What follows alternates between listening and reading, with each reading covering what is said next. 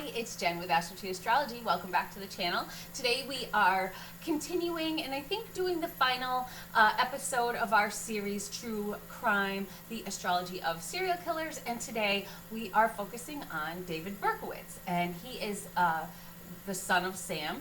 And he was back in the 70s. He actually was born on June 1st, 1993, and he is still currently alive. So unlike all of our others that we focused on, he's still alive.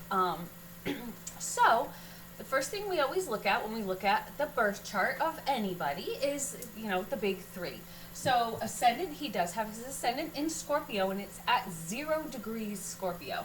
Then he's got his sun over here, and that is at 11 degrees Gemini, and then he has his moon down here, and that's in the 8th house, the sun, and then he has his moon in the 4th house down here with the north node in Aquarius. And that's at 3 degrees, the north node's at 4 degrees, so they're conjunct.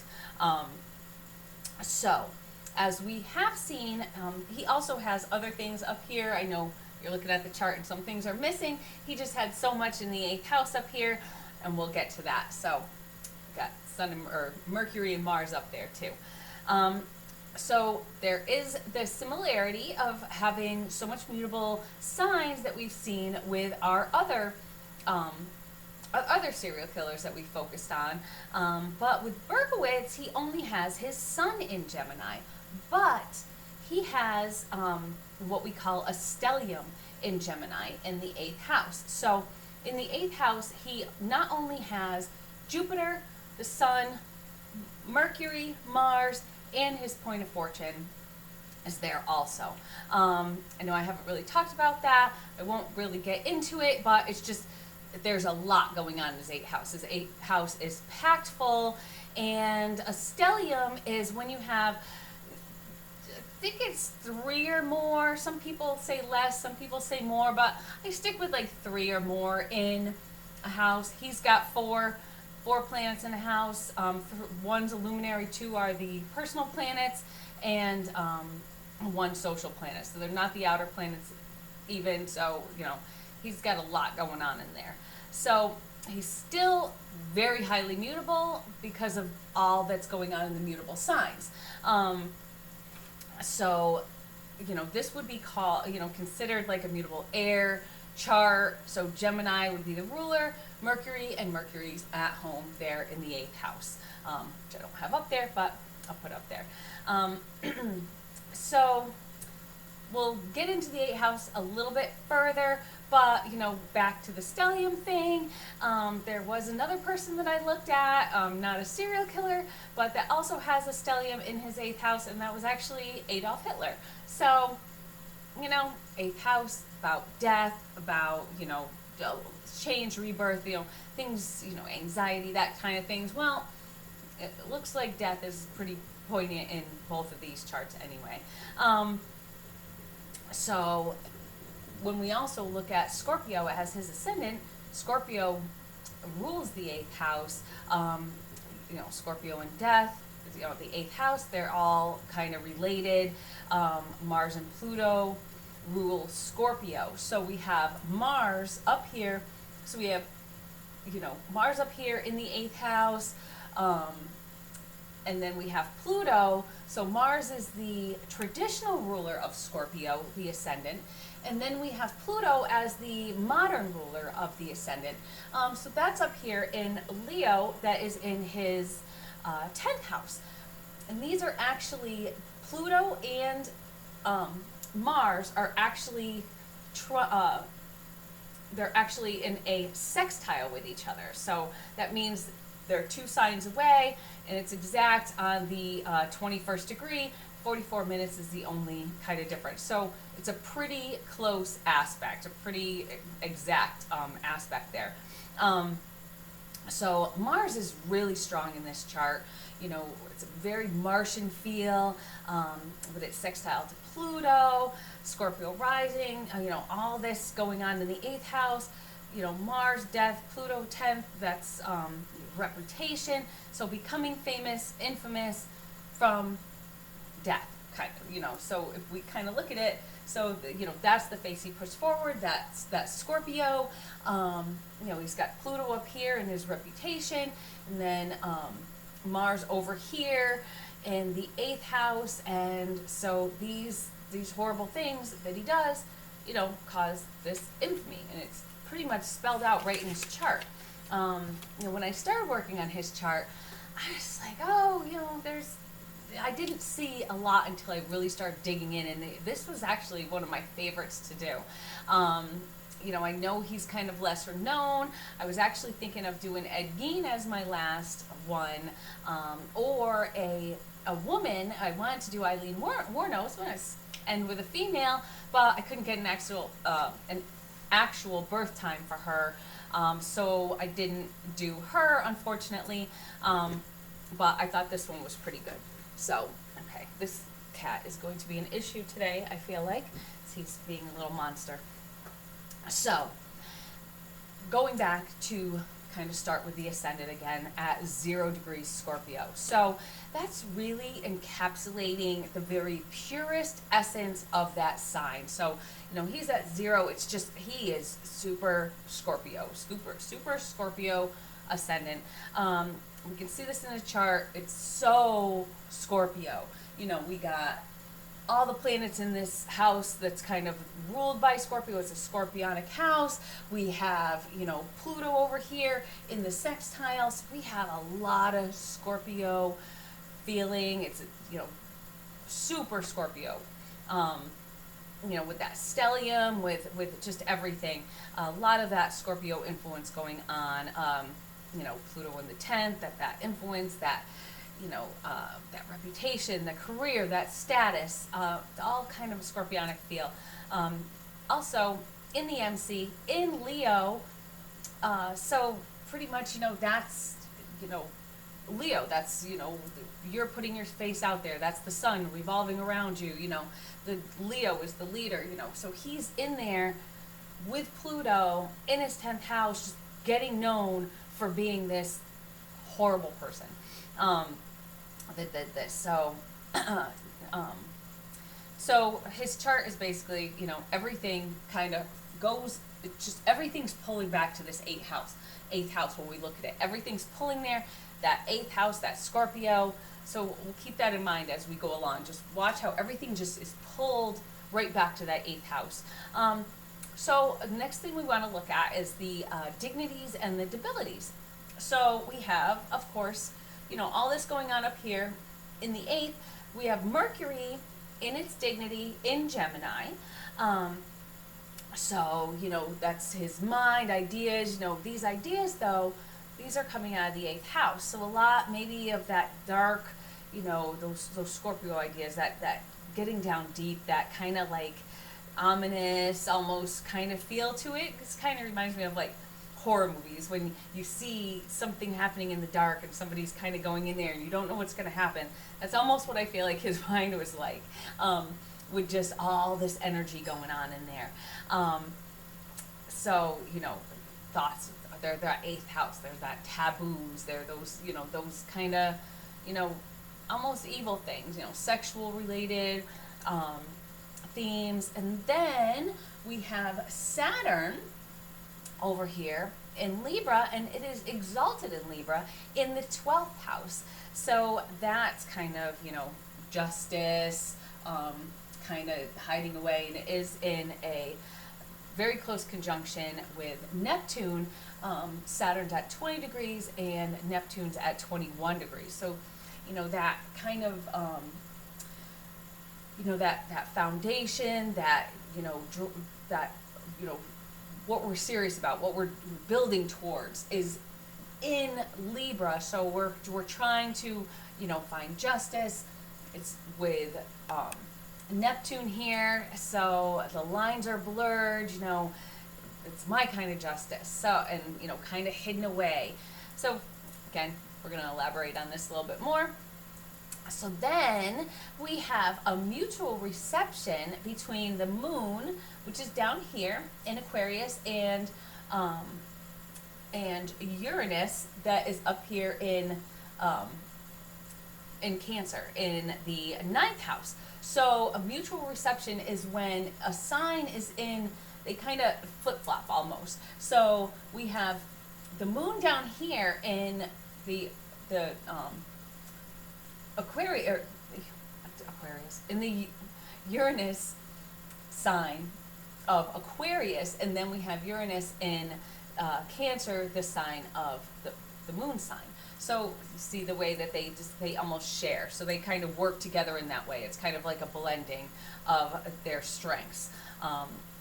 Even though they're not in their own house, they have the mutual reception. So it's kind of an agreement, kind of like they're shaking hands and working together.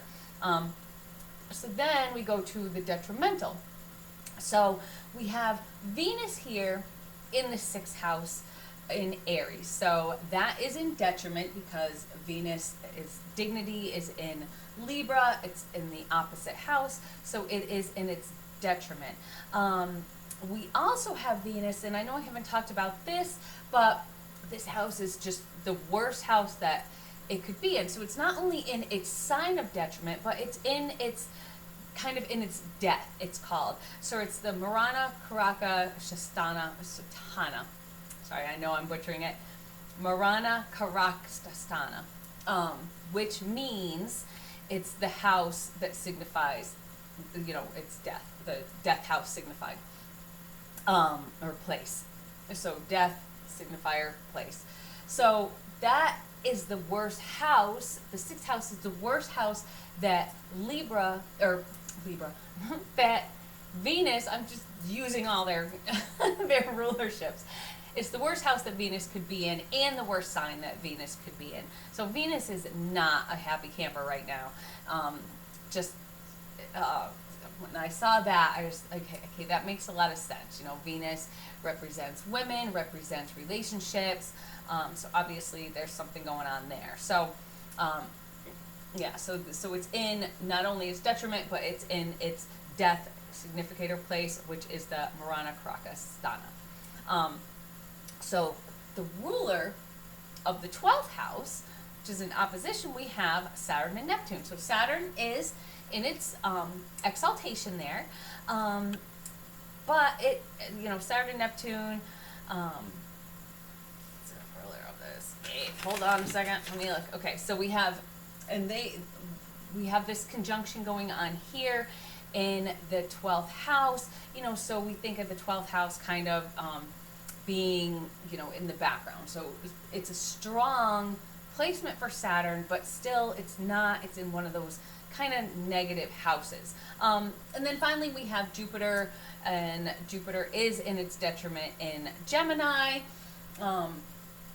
So just, because it's opposite Sagittarius, where it's ruler. So we got, a lot going on. We have both benefics, so both Jupiter and Venus, both in their detriment. Jupiter's about expansion. So when Jupiter is in its detriment, it's expanding the bad. So it's expanding all this, the Mars up here, it's expanding the Mercury, it's expanding that Sun, so that ego, it's expanding that ego, it's expanding those 8th house themes, just expanding all those negative aspects of that planet. So, easily influenced, that irresponsibility, that kind of negative attitude. So all that positivity that normally goes with Jupiter is now expanded in a negative way. And we have both benefics in their detriment. So we also have, Venus that represents, women, beauty, love, and that is, couldn't be much worse in any house or placement. So as far as it goes with, women and relationships with women, or just relationships in general, they weren't really that good. And we do know what we've read from him growing up, that he was adopted. His mother died when he was pretty young. And I guess when he was in elementary school, he was quite the bully. He picked on other kids. He wasn't very friendly. So he didn't have very good, right off the bat, he didn't have very good relationships with other people. So, again, So moving on, so his relationships weren't great. These are the detrimental. But we do have the Saturn up here conjunct Neptune in the 12th house. So Saturn in exaltation, but it is the major malefic in a in a daytime chart. And this is a daytime chart. So it is it's actually the lesser of the two malefics. Mars is the major malefic, so that's the one that's going to cause the most issues, and that's of course up here in the stellium in the 8th house, being expanded by Jupiter with that ego in there, the sun, and just Mercury, those deep dark thoughts, that ominous kind of feeling. So I just picture so much, I picture his brain just being like a horror movie when you're walking down that deep dark alley and you don't know what's going to come out, and it's him. So and then when you look at this conjunction here, he's hiding in the shadows. This is a conjunction with Neptune in the 12th house. So Neptune is happy in the 12th house, but the 12th house is about things that you hide. So he's hiding away, and we know from his crimes that he did hide away. He hid, and people would come up and they would go parking, boyfriend, girlfriends, and he would hide until and would shoot them. They half the time never even saw him. So there also, with this placement, with this conjunction, we have that intensity, that intuition, that almost kind of like a psychic or telekinesis type thing that's going on in Libra. So he, kind of justice needs to be done, feeling like, he needs to serve justice and have things be put on the right plane. So maybe having that subjective intuition, was kind of, leading him to do these things, to hide in the shadows and do these things. So another thing that we've learned about him, or that I've learned about him in researching, is that he said that there was a dog named Sam, and it was his neighbor's dog that just barked all the time, and it drove him crazy, and it was nonstop barking, and then he said that the dog actually, the barks turned into, the dog was telling him to do these things, to do these bad things, and so maybe that kind of intuition, that subjective, maybe he thought he was hearing these things, maybe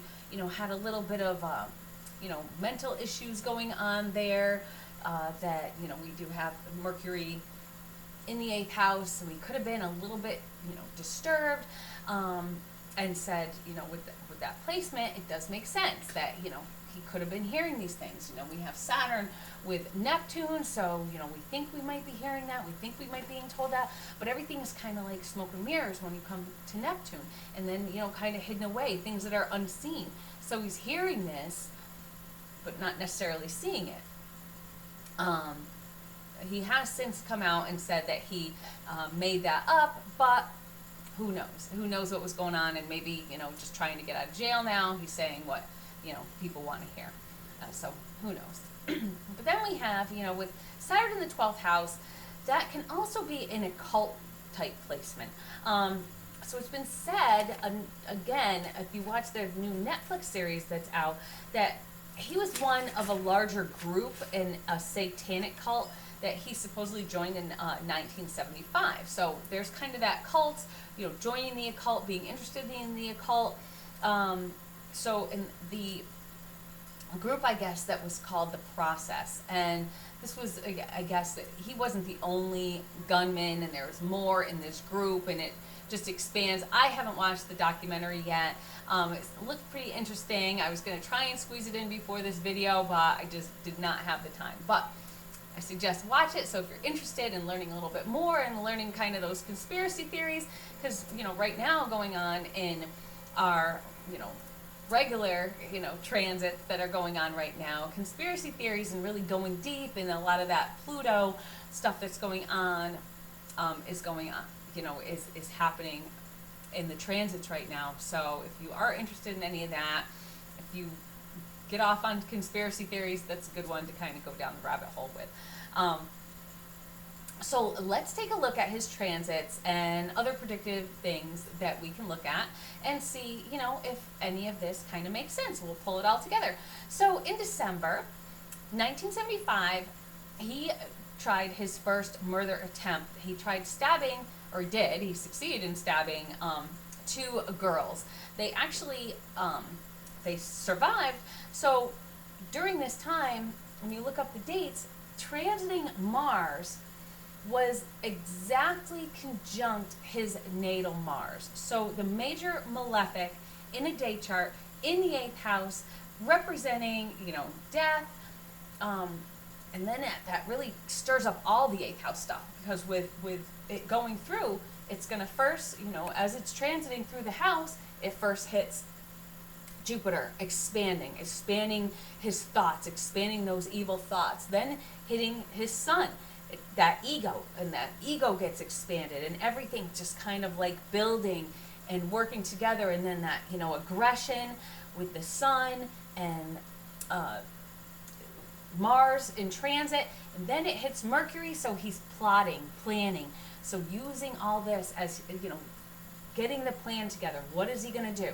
And then finally, when Mars is conjunct to Mars, boom, he tries it. And, luckily, so that just, as the transit's happening, it's stirring up all this stuff, and it just kind of like, it was a domino effect. There's so much going on in his 8th house. So, it's that Martian feeling, that aggression, that taking, actions without any regard, death, taboos, evil things, and being that he went after women, being represented by that heavily debilitated Venus in detriment in the 6th house, the Venus house of death, pretty much, was just all just kind of playing out. And it's just the way this chart just kind of spells everything out and just pulls everything right to that 8th house is just crazy. So now we're going to look at perfections. And if you're not sure what perfections are, I'll tell you real quick. Perfection is, for every year of your life, you have a different house that's highlit. So say you're on your 12th year, then you're in a first house progression. So if your first house is Scorpio, then it's Mars. So Mars would be that, major planet of the year. So at one point, so his mother is represented by the 10th house, and the 10th house is up here in Leo. Ruler is the sun, because the ruler of Leo is the sun, which is over here in Gemini in the 8th house of death. And then it's sextile. Remember, we said earlier that Mars is sextile to the Pluto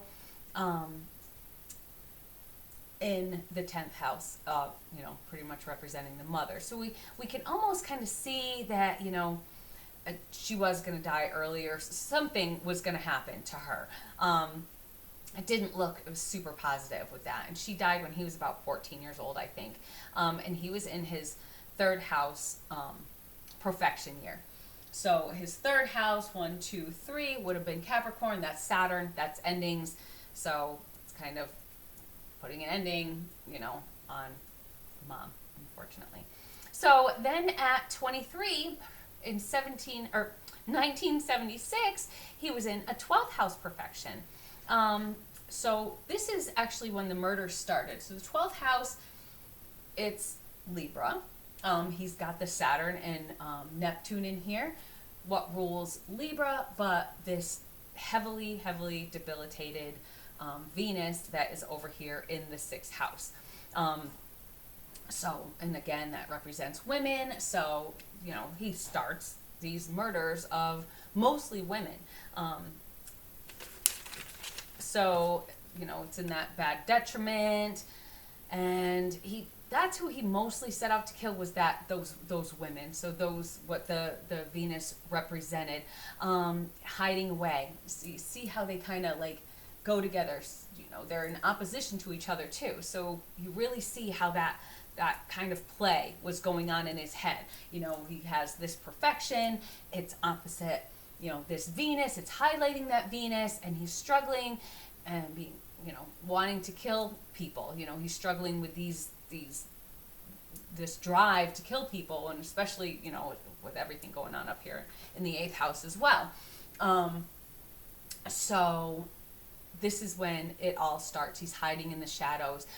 He's waiting for people, and so just that's how it starts. So then at 24, the murders didn't take too long for him to get caught, but at 24, then he moves up to a first house perfection year in 1977. So Mars is ruler of Scorpio, Mars in the 8th house, death.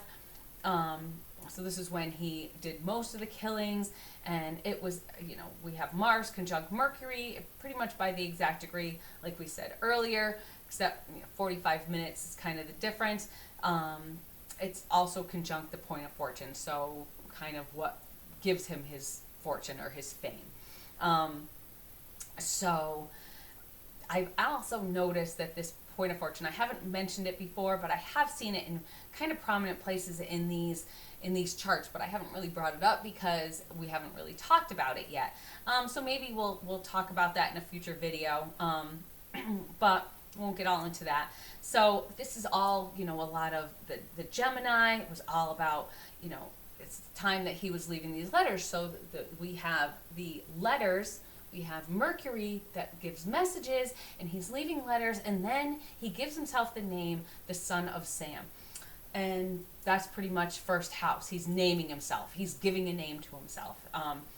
You know, first house, 8th house, death house, you know, naming himself after these murders. So, you know, ultimately he was caught, exposed as the son of Sam, and that gave him his fame. And so, you know, you see up here with the Pluto in that sextile, and then everything going on over here in the death house, and then, you know, giving his own moniker and becoming famous because of these murders. So that's pretty much David Berkowitz. I hope you enjoyed that. I thought he was really fascinating. Definitely check out his chart, and definitely, I think I'm going to check out that Netflix, because I'm really interested in that. That seems like it might be really interesting about his kind of, you know, web of people. Again, this is most likely the last in the series, but I hope you enjoyed it. We have a lot coming up just in the regular, you know, everyday mundane charts going on, and the transits that are going on. So we're kind of putting this on the back burner. Hope you enjoyed it. Relive it during the Halloween season. And definitely hit that subscribe button, hit the notifications, because you're going to want to see what's going on in the real world, or the regular world that's going on now, because there's a lot of intensity going on, kind of like the intensity that's going on in the world right now reminds me of the intensity in David Berkowitz's brain.